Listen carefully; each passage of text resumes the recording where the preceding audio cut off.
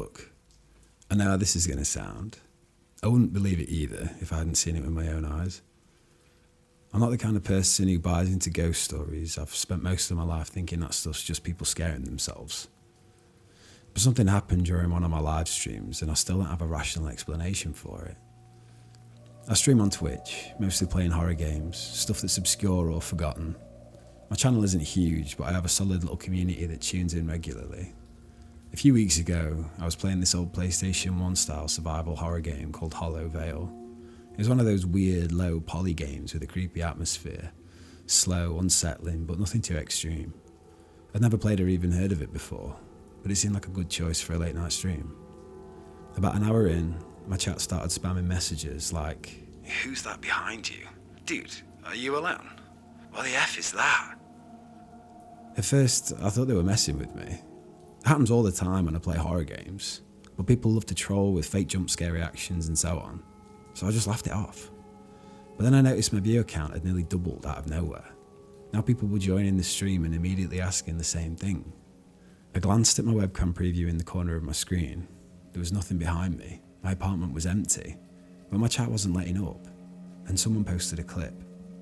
I clicked it, still thinking it was some kind of prank, but when I watched it back, I felt my stomach drop. For a split second, barely a frame, you could see something standing behind my chair, a shadowy figure. Not a trick of the light, not my own reflection, an actual human-shaped shadow. And then it was gone. I turned in my chair with my heart pounding. Nothing. I even got up and checked my entire apartment, my bathroom, my closet, under my bed. Nothing. I tried to keep the stream going, but I couldn't shake the feeling that something was off. And then the game itself started to just change. In old horror games like Resident Evil, the camera's usually fixed in place. But in Hollow Veil, it wasn't just fixed, it was following me. Like someone was holding a camcorder behind my character. Then at one point, the screen flickered, only for a second, and I wasn't looking at my character anymore. I was looking at my own webcam feed.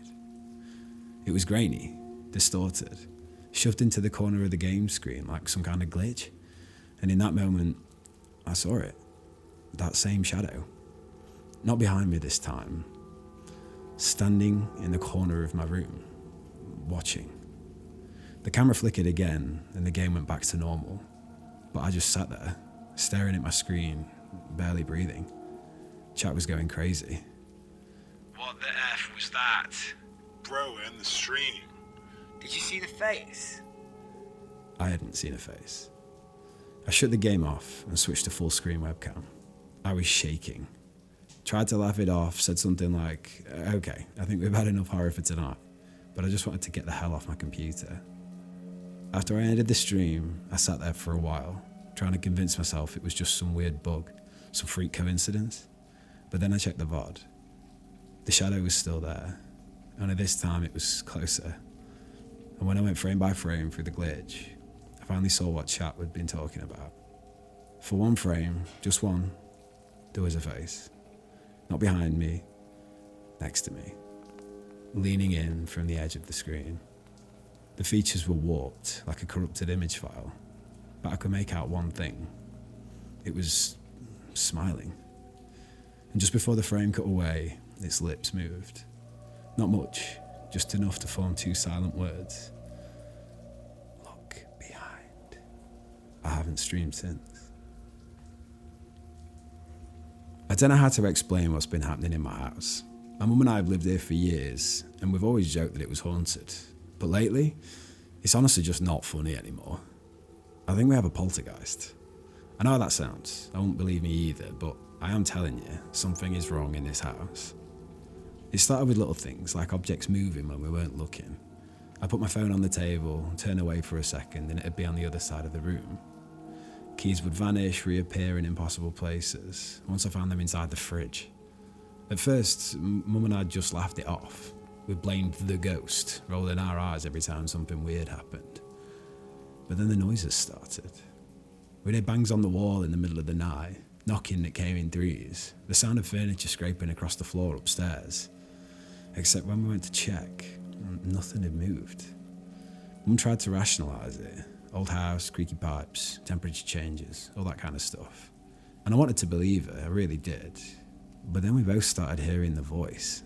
It wasn't words exactly, more like a whispering sound, coming from the hallway at night time. Sometimes I'd hear it right outside my bedroom door. Too faint to understand, but definitely there. Like someone was standing just beyond the threshold, mumbling under their breath.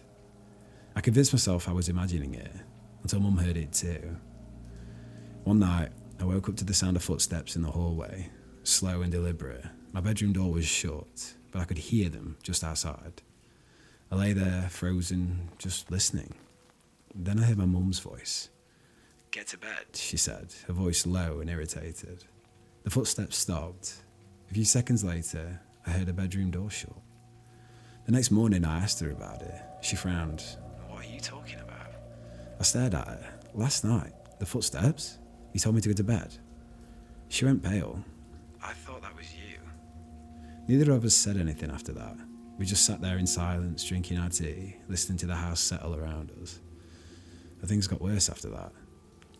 Objects didn't just move anymore. They threw themselves across the room. One night, a framed photo of me and Mum flew off the mantelpiece with such force that the glass shattered. Another time, the kitchen chairs were pulled away from the table, like someone had been sitting there but vanished the second I walked in. And then there was the night the TV turned on by itself. Mum and I were in the living room watching a movie. It had just ended, and I got up to grab a drink from the kitchen. As soon as I stepped out the room, I heard static. The TV had switched to an empty channel. White noise filled the room, crackling and hissing. Mum grabbed the remote and turned it off. We laughed nervously, trying to brush it off. "Weird," I said. "Maybe it's a power surge." But then the remote flew out of her hand. I swear to God, it didn't fall, it didn't slip, it was yanked. Yanked from her fingers and flung across the room. It hit the wall with a sharp crack, the battery cover popping off from the impact. We just sat there, staring at each other, like too scared to move. Eventually Mum whispered, "I think we need to leave." We didn't, of course. Where would we even go? But after that night, things started happening every day. Doors slamming shut on their own, objects disappearing and reappearing, the knocking on the walls growing louder, more insistent. One night I recorded audio while I slept. I just wanted to know if we were imagining things. The next morning, I played the recording back. For the first few minutes, it was just the normal sounds of the house. Mum shifting in bed, me rolling over, the occasional creak of the floorboards. Then, at 3:12 a.m, there was a whisper. Right next to my bed. Not my voice, not Mum's. A deep, raspy whisper that I still haven't been able to fully decipher. But I swear to God, it sounded like it said, "Let me in." I stopped the recording and deleted the file. We still live here, we still hear the noises, but we just don't talk about it anymore. And we never open the door if we're here knocking after dark. I've owned my cabin for about 5 years now. It's nothing fancy, just a small place up in the woods, about a 2-hour drive from my house. I go up there most weekends to get away from everything, just me and my dog Bob. Bob's a mutt, some kind of Labrador mix. I've had him since he was a puppy, and he's never been scared of anything. Thunderstorms, fireworks, strangers, none of it phases him. But last weekend, something out there scared him. Now I don't think I can go back. It started like any normal trip. We got to the cabin Friday evening, I lit a fire. Bob stretched out on the rug like he always does. Later that night, I was sitting on the porch, sipping a beer, listening to the wind in the trees. It was really peaceful. Then Bob started growling. But it wasn't a normal growl, not the playful kind he does when we roughhouse, or the warning you get when a raccoon gets close by. This was low, rumbling, and constant. Like he was trying to warn me about something but didn't want to draw attention to himself. I followed his gaze into the trees. Nothing, just darkness. It's probably a deer, I muttered, but Bob didn't move. His fur was bristling, his ears pinned back. I went inside, locked the door, and just decided to ignore it. But then at around 2 a.m, Bob woke me up. He was standing at the door, staring at it, just completely rigid. His ears were up, his tail stiff, his whole body tense like a coiled spring. He was listening. I held my breath, and then I heard it. Footsteps. Slow, deliberate, crunching footsteps just outside the cabin. I sat up in bed, heart hammering. My first thought was a bear, but bears don't move like that. A person maybe, a lost hiker? Then the footsteps stopped, right outside the front door. I didn't move, I just sat there, frozen, listening. So did Bob. I could hear him breathing, shallow and fast, but he was afraid. Bob's never afraid. A long silence, and then the doorknob rattled. Not like a violent shake, not something trying to force its way in, just a soft, deliberate jiggle. Whoever or whatever was out there was checking to see if it was unlocked. Bob snarled, lunging at the door, barking like a dog possessed. I scrambled out of bed, grabbed my rifle, and aimed at the door with my hands shaking. Just silence. Then footsteps, again, but this time they were running. I heard them sprint off into the woods, crashing through the underbrush. Bob kept barking, but I didn't chase after them. I didn't want to see who or what had been standing outside my cabin at 2 a.m. trying to get in. Eventually, Bob did settle. I sat awake until dawn with my gun in my lap, staring at the door. In the morning, I went outside to check the area. There were footprints in the dirt, only they weren't normal. They started a few feet from the cabin, like something had just appeared there, kind of out of nowhere.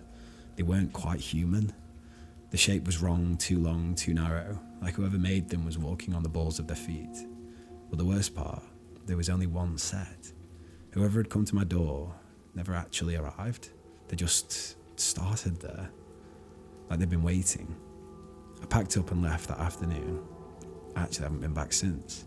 Bob refuses to go near the door at night anymore, and honestly, neither do I. I really hope you enjoyed today's paranormal encounters. If you did, please leave a like and subscribe for more. I'll catch you in the next one.